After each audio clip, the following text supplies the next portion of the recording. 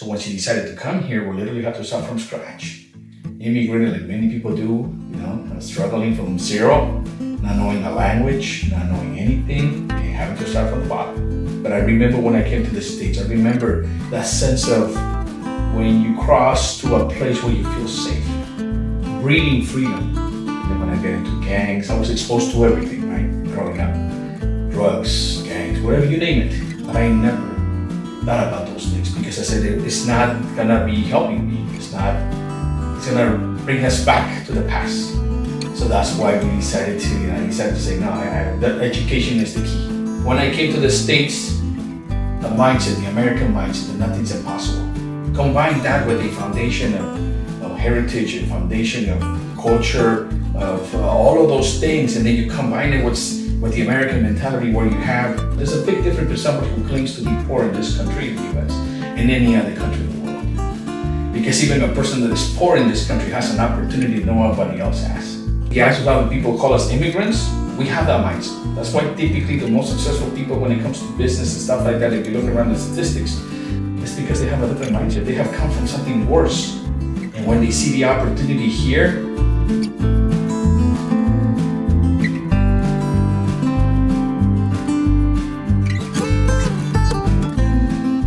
welcome to the show, brother. Great to have you. Want to start a little bit with your origin story. Tell me how you came to the United States. Came in 1989. Born in Mexico, Veracruz. And in 1989, we came to the States, to Southern California. How old were you? I was 10. 10 years old. 10 years old. I was 10 years when I came to the US. I remember that day like it was yesterday. I came through a domestic violence, situation between my mother and my biological father. I was the oldest of three, and it was myself 10. My brother was 3. My sister was 2, and with my grandmother. And so we came to the States, like many people do. My mom, I remember back in 1989, there was a lack of nurses in the US. So my mom saw a way out to come this way. And so she came here, and after that, she saw a way to do it and saw an opportunity. So just like many people, they came. My mother did have a visa, and even though we were eligible to have a visa, unfortunately, we weren't able to do it because I needed the consent from my biological father to sign to do the paperwork.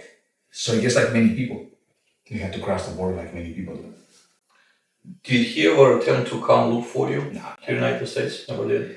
What to me is the important thing, like you mentioned, when I remember this being the first day I was in the States, back in the day in Mexico, there was no such protections for women who were facing domestic violence, even though my mother tried. We were middle class in Mexico. We weren't poor. Mom was a really successful person over there, working in a hospital. She did nursing, a master's in nursing. But there was no rules, no regulations, or anything that could really help somebody in that situation. So when she decided to come here, we literally had to start from scratch. Immigrating like many people do, struggling from zero, not knowing a language, not knowing anything, and having to start from the bottom. So we did that, but I remember when I came to the States, I remember that sense of when you cross to a place where you feel safe, breathing freedom. That's why when I go to San Diego and you see that border and all of that, I'm able to say, wow, what a difference, right? A wall that changed my life. And because of it, I have a different mindset.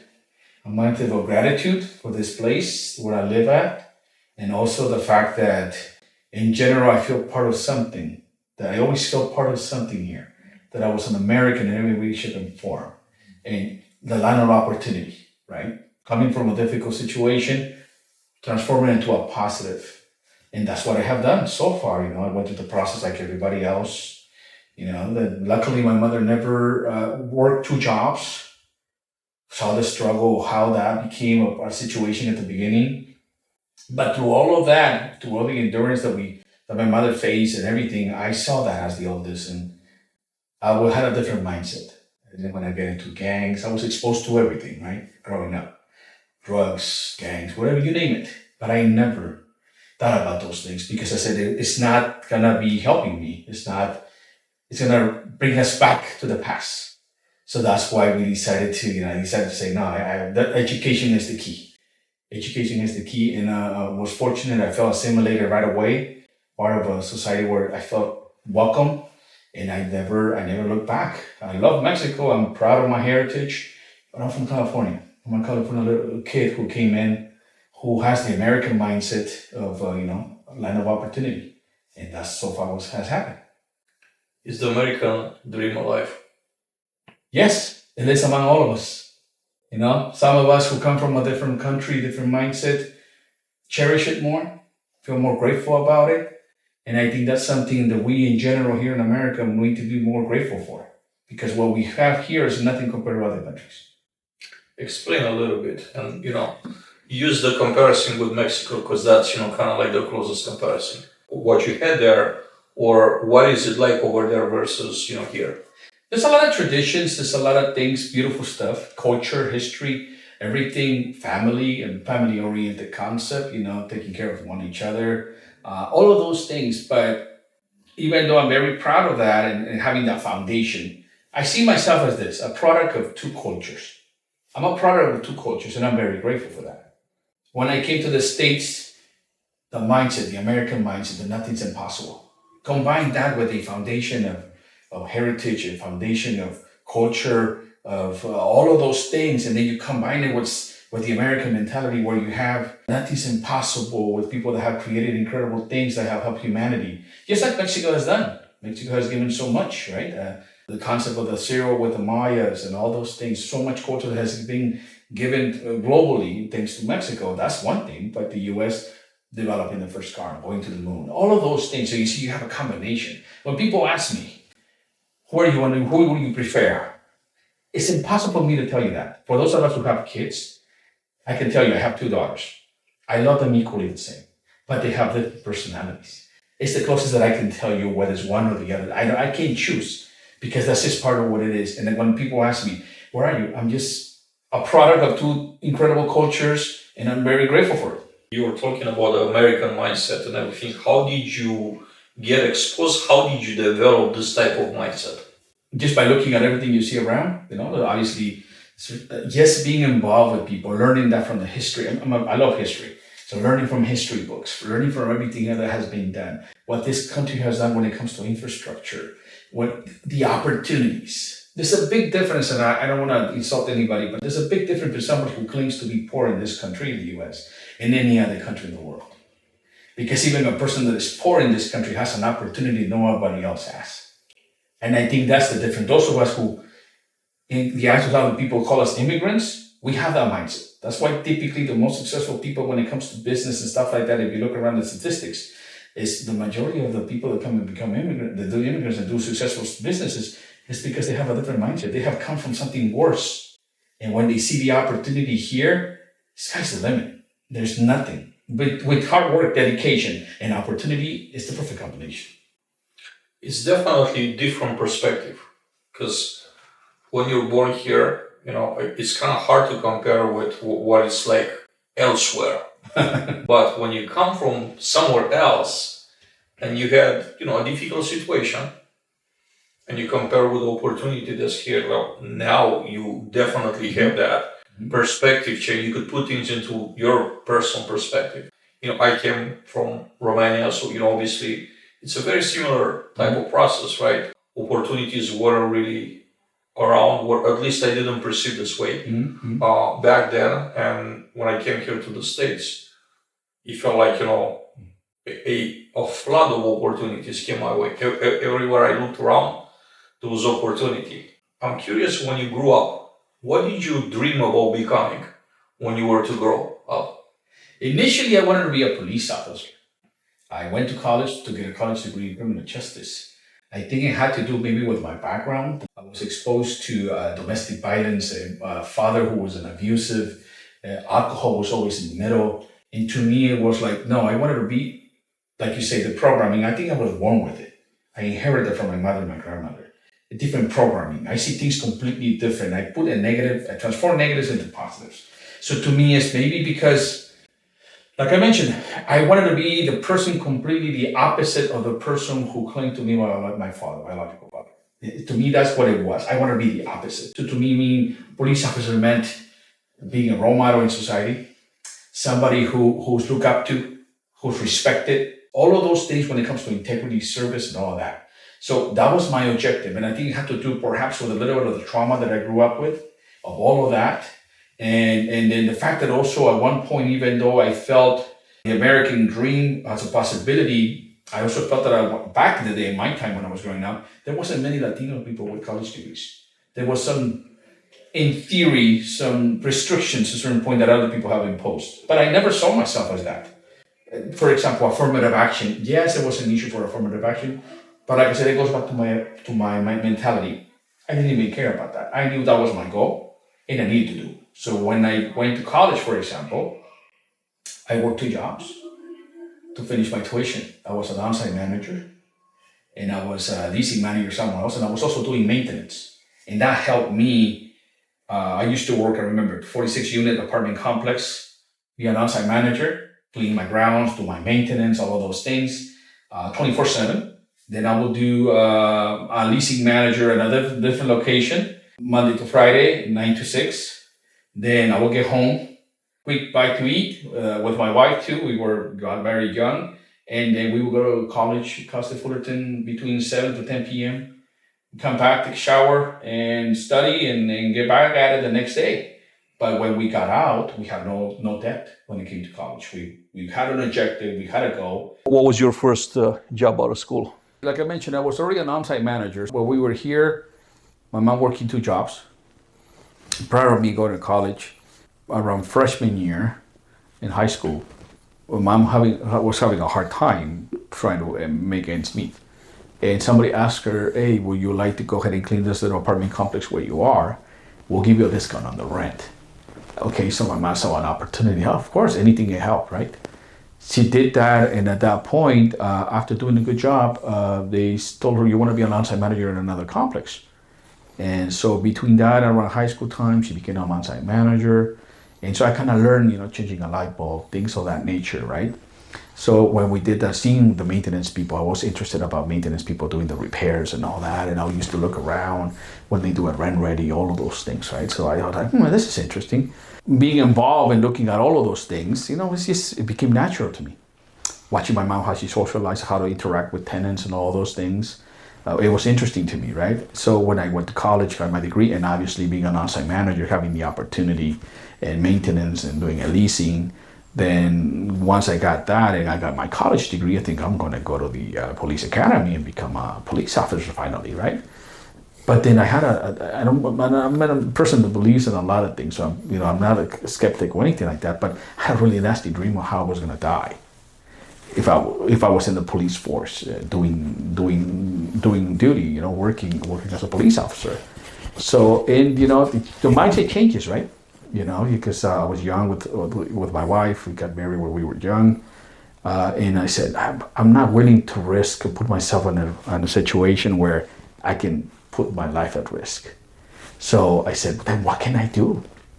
Then I realized at a really young age, I was a really good property manager, dealing with people and all that. And I'm like, well, why don't I take it to the next level? And so then after that, I went into working for an affordable housing nonprofit. And then I found out people that looked like me, meaning the same type of challenges growing up, having difficulty and not having affordable rents.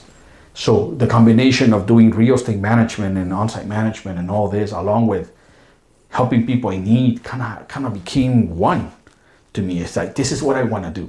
And I've been managing multifamily for many years, but also affordable housing. So I discovered affordable housing more than in 2002. And I'm like, wow, this is something that is interesting because I'm able to do what I want, what I like to do, and helping people. It was the perfect combination. So I went into working in a nonprofit for a while, and I got to know a lot of great mentors out there that kind of took me in and helped me, and I saw their leadership skills. And they always saw Oscar as somebody who all I wanted was opportunity. I will knock on different doors and I'll get rejected, and all that. And I just needed opportunity. So I remember going to a job fair right before I was going to graduate in 2004 from Cal State Fullerton, and there was a nonprofit there. And they were hiring people, like you go to other job fairs, right? And I remember, and I kept that contact. And I remember I was like, okay, maybe this is something that I could do. And so I met the executive director, and then he says, "Oh, okay." First thing he asked me, "Okay, you're great. You're gonna do a college degree, but what are you looking to do? Well, you want to help people?" And I'm yes. And so I became part of the nonprofit in affordable housing and became the director of real estate property management. That's how I started. And after that, I stayed there for a while. Then it was time to grow. But during that time, like I said, watching those two mentors and several mentors that were great community leaders for years, watching their leadership skills, I learned so much. I absorbed so much by watching them, how they will talk to local officials, how to be diplomatic, how to talk to leadership, how when things were challenging, how did they find a way to go back at it and find a solution. Leadership at its best when it comes to community involvement, and how they were impacting neighborhoods that were underrepresented. The people were not being paid attention to, and they will come in and change those neighborhoods. And I said, this is where I belong. This is what I can do. I can do an impact. So I did affordable housing, and at the same time I was doing regular property management. Became a property supervisor, managed properties. I did accounting as well for nonprofits. Then I said, I want to become a certified property manager for the Institute of Real Estate Management, which is how can you get to the highest of the designations when it comes to experts? So I said, I want to become a CPM. So then went through the process, became a CPM, and that opened a completely different mindset about being surrounded by the best in what you do. And we go back to the same thing about the programming you have. Every opportunity that could be a negative thing can be transformed into positive. And that's exactly what I try to do all my time. So about the part that you did maintenance, what were the things that the lessons that you kind of carry with you along the way after having the experience of working as a maintenance person? It's always been the backbone of everything that I do. Everything's related to maintenance. How come? Why? Because it's like everything that we do and what we do in real estate management is problem solving. Sometimes you have to do what tends to see this. I relate it like that. Sometimes maintenance is a unique animal by itself. First of all, it takes practice. It takes common sense. All of those things. But things could be as easy as changing light bulbs and stuff like that, just like in regular relationships in business.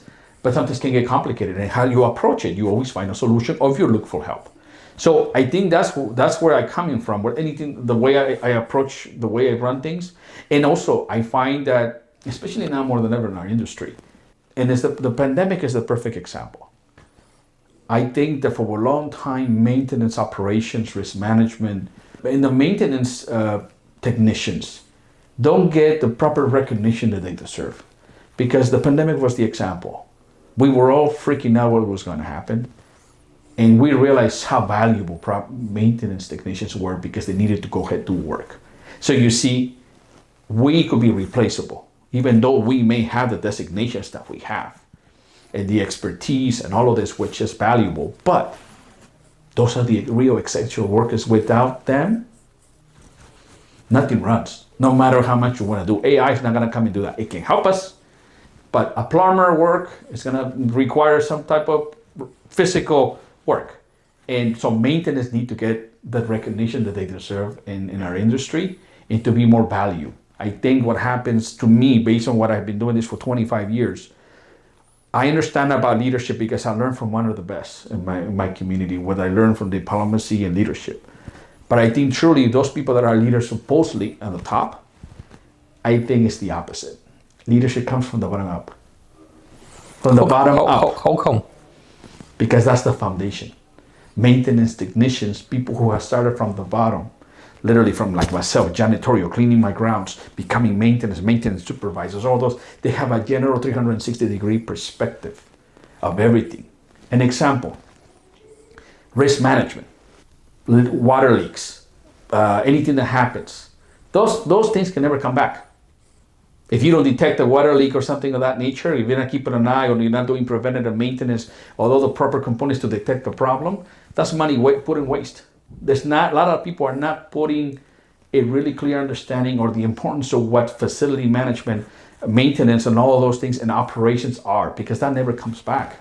Poor maintenance translates into lack of tenancy satisfaction, lack of communication with the on-site managers because they're not communicating correctly and things are not being effective. Things are not being done in deadlines when it comes to a rent ready. Bringing lack of good professional contractors because there's no communication can mean delays as well. See, everything translates into money.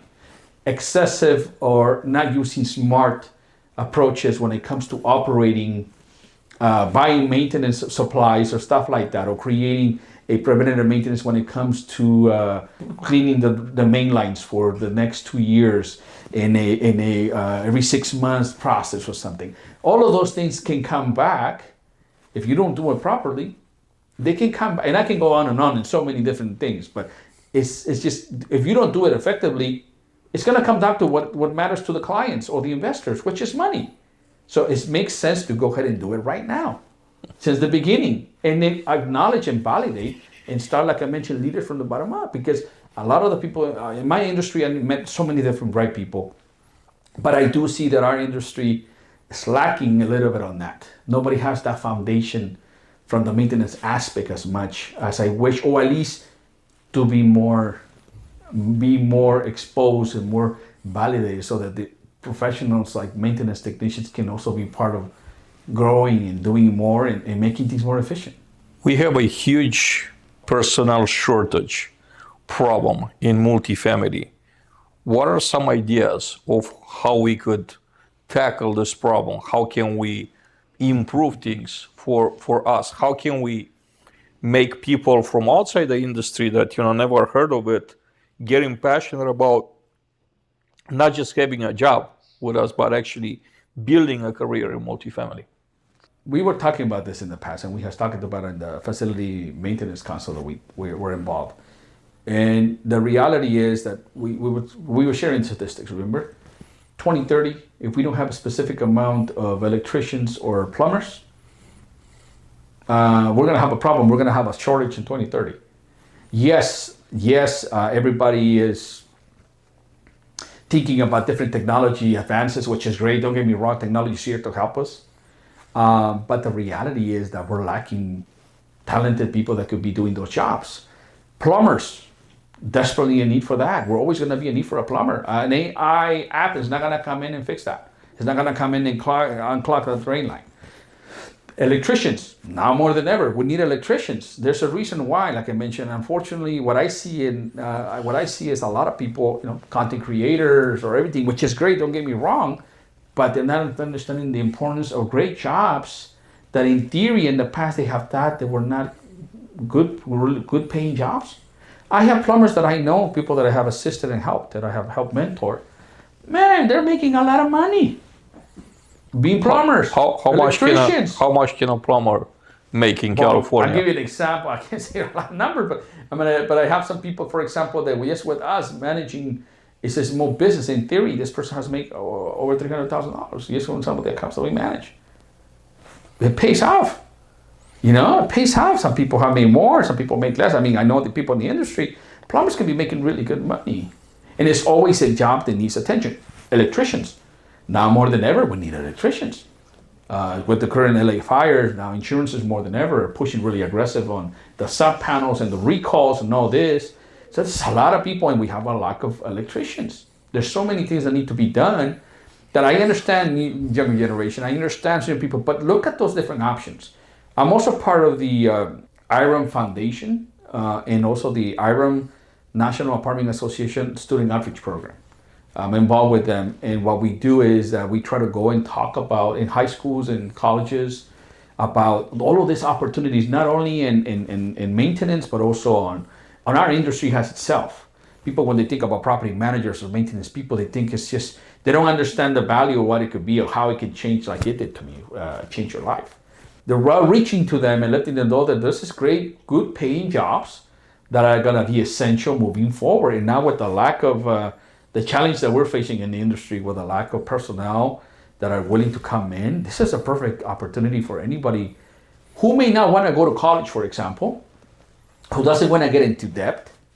And this is something where they can start, and then sky's the limit, eventually becoming their own contractors, giving back to the community, hiring more people, But it all starts in maintenance. You can do so many things in maintenance, painting, all of those things that you can learn, you can do. And eventually, if you want to transition and grow and become your own general contractor, everybody wins. The economy wins. We get more qualified people. We get more employees that can do. I mean, they hire employees. All of this is like a little great industry to be part of. Tell me a little bit more about your involvement with IRM. I'm involved in several committees. I'm involved at the local chapter with the education. I do Which chapter you're with? Orange County, California chapter. I'm currently the Vice President of Education. I've been with my chapter involvement for the last 2 years. A great group of intelligent, passionate colleagues there, and great leadership. I'm very grateful to all of them for allowing me to come in and welcome me since day one. And that's the beautiful thing. When you feel that people have the same passion you have, there's so valuable. And so I'm involved with that. And then also that's at the local level. At the national level, I'm involved with the advocacy committee also as well. For the next 2 years, I have committed with them. I also part, like I mentioned, the IRM Foundation. I'm an ambassador, which we help also try to bring an outreach to people for scholarships to become property managers, for commercial and residential, and sharing my journey so that they can hopefully inspire them to follow their goals and objectives and find real estate management as a profession that they can work for. And like I mentioned, the IRM NAA student outreach program, which we go to high schools and colleges, especially the high schools, kids that are lost, that may feel like me back in the day. I remember that, and I put this back on me. I mean, junior or senior year, you're lost. You don't know what you're gonna do. You're at fear of this. You don't know if you're gonna go to college, if you can afford it. All of those things. And I want to go there, and I go to those high schools because I want to tell them, listen, this is different options. Try it. Try it as a part-time job, full-time job. And then if you love it, you can go into it. There's so much opportunities. The foundation now more than ever, IRM, our local chapter, we're pushing for scholarships to helping people to bring them in and for them to be part of this great industry, both in the real estate management and also in the maintenance operations. You mentioned IRM and NAA. Is this like a common initiative? Yes, from what I understand, this is the first year that I've been involved, but it was an initiative, which is very interesting. Instead of real estate management and different entities like the National Apartment Association are creating collaborations. Because now, like I said, this is no longer about one specific entity or the other. This is about now, what I have seen so far is that for the first time, or at least in my time, I have seen that they understand the value of what we do. In actually now, for example, I'm also involved with Cal State Fullerton University in Fullerton, where I graduated from. Now they also have the Center of Real Estate. They have a college degree, finance with emphasis in real estate management. Okay, so I'm also involved in the advisory board there. I'm a board member there, and I also go back to that to tell the kids, the students, there's an opportunity here that you can do. But now I think that in general, all these different agent organizations are getting involved to say, hey, college degrees, you can do this. You can do the college degree routes and do the fast track to become CPM, CCIMs, and all different designations, CAPS, all of those. Or you can start from the bottom too and go from there. So there's different venues, but now I think the industry is understanding the value of reaching to people and also to let them know that this is more than, when people think about property management, they think it's just collecting rents and paying bills. That's not true. It's so many different things combined that requires you to be the best version of yourself. And there's so much potential. People can be affordable housing. They can do commercial. They can do industrial. They can do all of those things that can make a difference, and they can be successful and make really good money if they want to. One of the things that came up over a recent conversation I had with a industry leader that leads a very large group of facilities professionals in multifamily is that maintenance turnover rates are incredibly high. Just think about this, like site level, 80 to 90% turnover, which is incredibly high.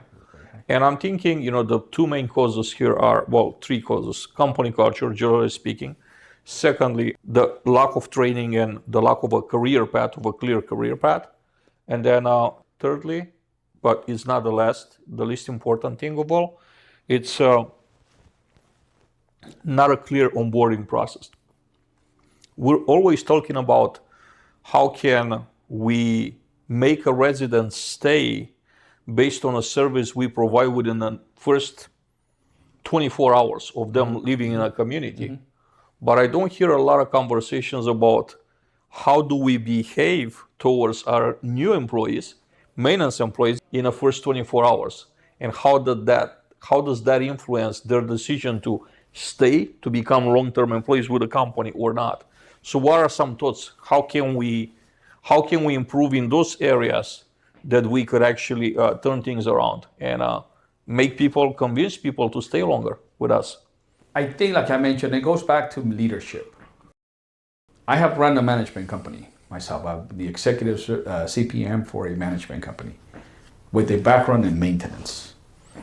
My decision making for the last 25 years is always somehow connected to maintenance operations because I value that. An example, an eviction, for example. I always think about the safeties and all this in case some things that could become a problem if I go to court.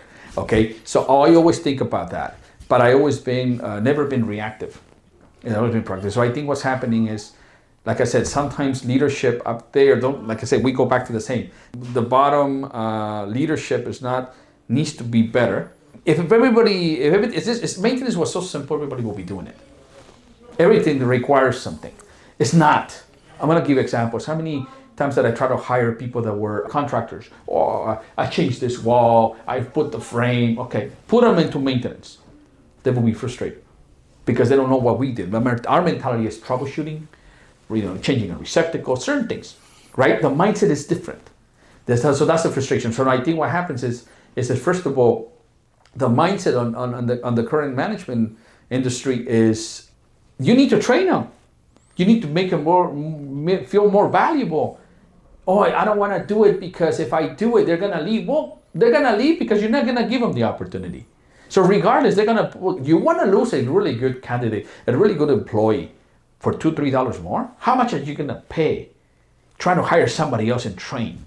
It financially is not making any sense. If you're looking at numbers, if you're looking at cost-effective approaching things, and the time of lapse you're going to have trying to hire somebody else, it's a problem. So I think it goes back to training, and like you mentioned, a path to tell them, okay, this is what you're going to go. Certifications. Okay, now you can become a supervisor. And once you become a supervisor, why don't you go ahead and get more more licenses and certifications? Maybe you become a trainer who's going to train. Maybe you're going to do. They have to see an opportunity, because, like you said, I think that a lot of the maintenance professionals out there, especially those that have a lot of years of experience, it costs them a lot to get there. It's like it took me 25 years to do.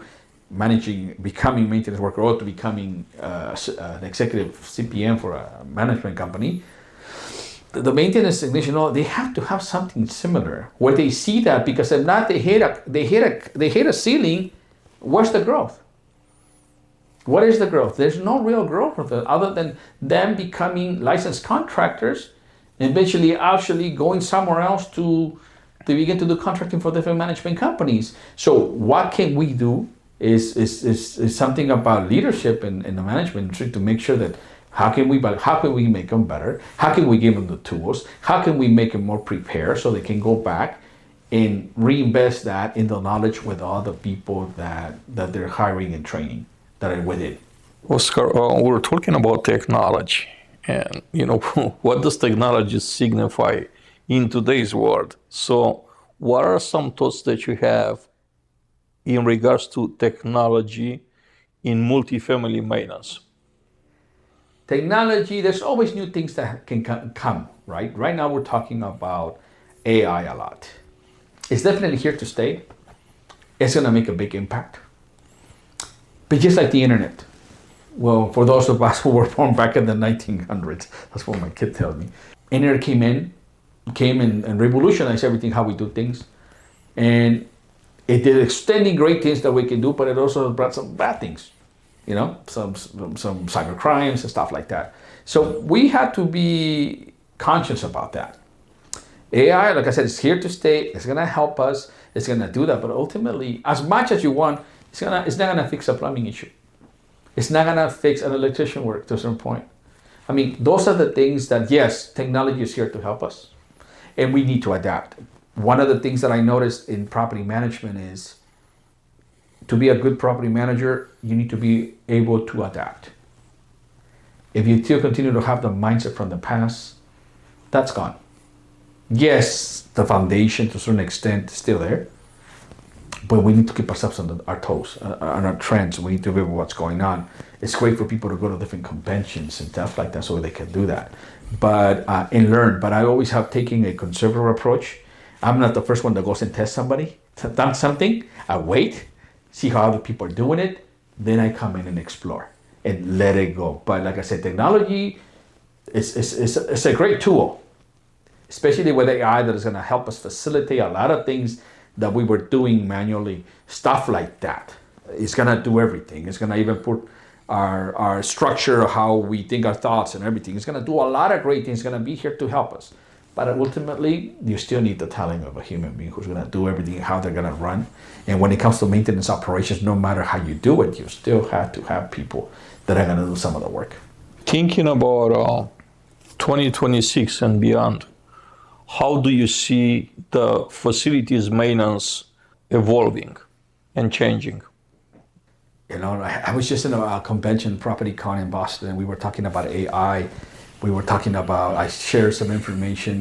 We were able to share with some of my colleagues from different countries, from UAE, and they're telling us how AI is helping them so much in the way they run their operations, from leak detection to, you know, they're able to connect that. They're able to diagnose with AI certain things that are happening, troubleshootings within the unit. AI helps them go ahead and talk to, interact with the tenant, and eventually if there's something, for example, having to call a plumber, it will call the plumber. And the plumber will be in his way. It takes a lot of the stuff out. Like I said, 2026 and more, I think based on what I got from going to that convention, especially with a gentleman who kind of told us about from MIT, that was there giving a presentation, a class, it's going rapidly. It's going faster than we think. So there's so much going that perhaps, like he was mentioning, in October, he wouldn't even thought about it. And now here we're talking about it already because it's going to such a high speed. And like I said, it's just so much that is coming our way that is gonna revolutionize the way we do things. Most of the stuff that we felt needed to be done in a particular way, it's gonna change because it's gonna be easy. It's gonna be able to be facilitated. It's gonna be able to be done quickly. We can concentrate on better ways of doing our jobs by risk management and stuff, things like that we have to put more attention to instead of being caught up on the daily operations of running a business. What are some things that you're looking forward to when it comes to anything that's maintenance operations? I will be interesting to see. Listen, technology is here to help us. Nothing's going to be 100%, even when it comes to property management software, accounting, for example. I've never found somebody who's 100% happy with one specific software. Something has great things in one, some other ones like others, and vice versa. There's so many, but I'm excited to see what's going to come to help us.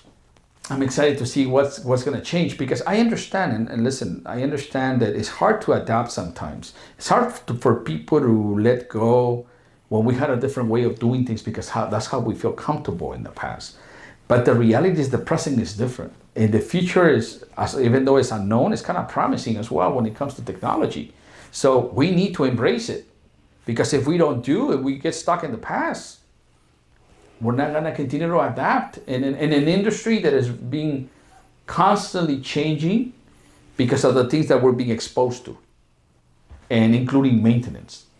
Now, like you mentioned, a shortage. Why is there a shortage? Could it be because we don't value the maintenance operation as much as we want it to?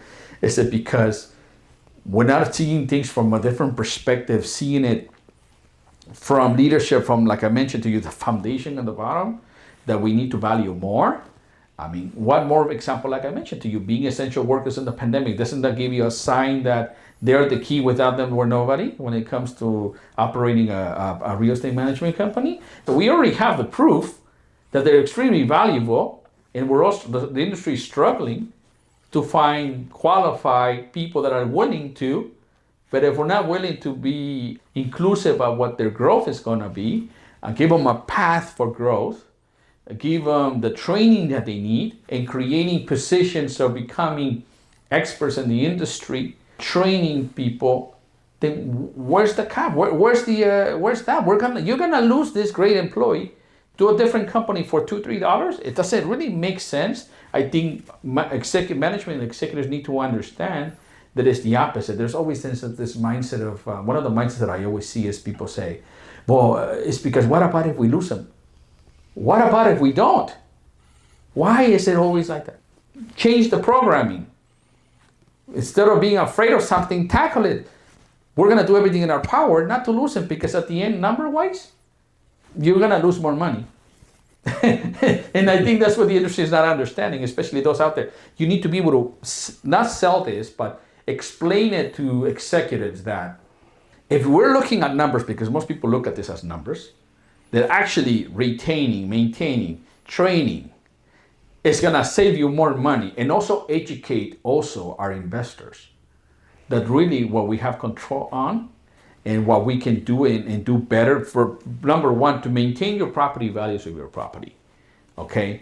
To show insurances, and not only that, creating preventative maintenance schedules that keep a history of how you maintain it. It's like us. The older we get, hey, we need more attention. It's very practical, right? Take care of ourselves a little bit better, right? Because the older we get, it's just like the pipes and all that stuff. We need preventative maintenance. If you don't start taking care of it, eventually it's going to collapse. It's exactly what an investment. If you eventually want to retain it, eventually you want to sell it, that's what's going to happen. Okay, the value of the property may go down. If you have water damage, you have leak, all of it. See, it's a combination of a lot of things. It makes more sense, executives, to go ahead and really see that and create plans and trainings that keep the people that really we need, which is the essential maintenance workers. We talked about new folks that don't really have a clear plan for their future that we're trying to attract. If there was a young person right now, just about to finish school, high school, and they know they're not going to go to college, right? So we are one of the alternatives for them. What would be your message to them? Why should they pick multifamily maintenance and not other job or other trade? Why should they do that? We have spoken a little bit of the negatives that we're having and the challenges, but there's also a golden opportunity for all of those that are looking for something in growth.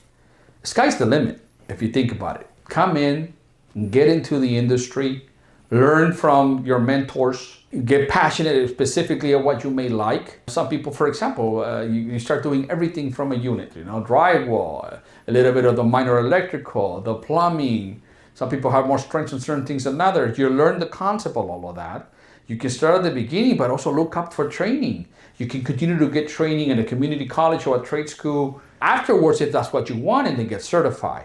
That means more growth to you. Eventually, you can become a maintenance supervisor at one point, a regional too, making really good money. People really make some good money. And perhaps you can also explore after you get all this to become a licensed contractor, create your own firm, and work for the industry. I mean, there's so much potential, but you gotta start somewhere to start, like I did. I did maintenance for 5 years, and I still go back. If I can go back and get paid exactly the same pay that I'm paying now, I'd rather go back to maintenance, because in maintenance, I didn't have to deal with so much with tenant issues. I had to worry more about if there was a problem, I just fixed this wall and it was done. There was no big problem. But I think it's a great opportunity for a lot of people. I know people think about construction. Well, why don't you explore maintenance? There's so many things that you can do in maintenance.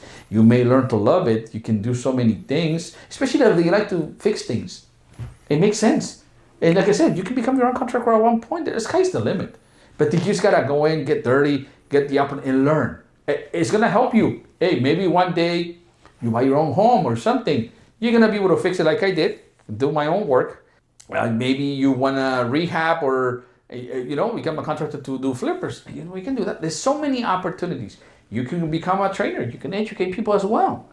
There's so many things that they can do. But I instead of you getting into debt and you feel lost, like I did at one point, then this is a great opportunity for anybody who can explore this, who has the determination to continue to grow, and you can accomplish whatever you want. You just need to be involved and go to chapter, ask people. people that really have come from that type of background, they don't mind helping you. Why? Because at one point we were all there. We were there and somebody helped us. It's kind of like our way to give back. Oscar, it's been amazing, my friend, to have you on today. I appreciate it. What are some final thoughts that you have for the audience that you want to share? Listen, I've been doing this for 25 years. Good time. Have, like I said, started from being a janitorial maintenance, done other property management positions to be eventually become a CPM, which I'm very proud of, being part of the Institute of Real Estate Management. And there's so many things, other things that I'm trying to do to help and impact others. I hope that you guys see this, and hopefully this inspires you to follow your objectives, to follow your dreams, to follow your goals. Nothing's gonna fall from the skies, ladies and gentlemen. You gotta work on it. It's a process, and you just believe in yourself. Whatever you do, believe in yourself.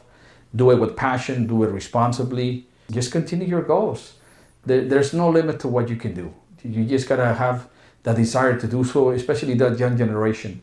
Listen, there's so many opportunities in our field, more than ever, and I encourage you to explore that, to connect with us, and try to, you can look for me at Oscar Rodriguez Aguila in LinkedIn if you want. We're always looking for ways to help whoever we can.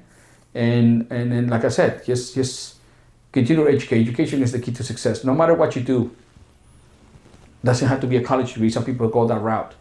And just prepare yourself and educate yourself, and that is going to be the key. If you're gonna be the painter, be the best painter you can be. There's plenty of classes you can take.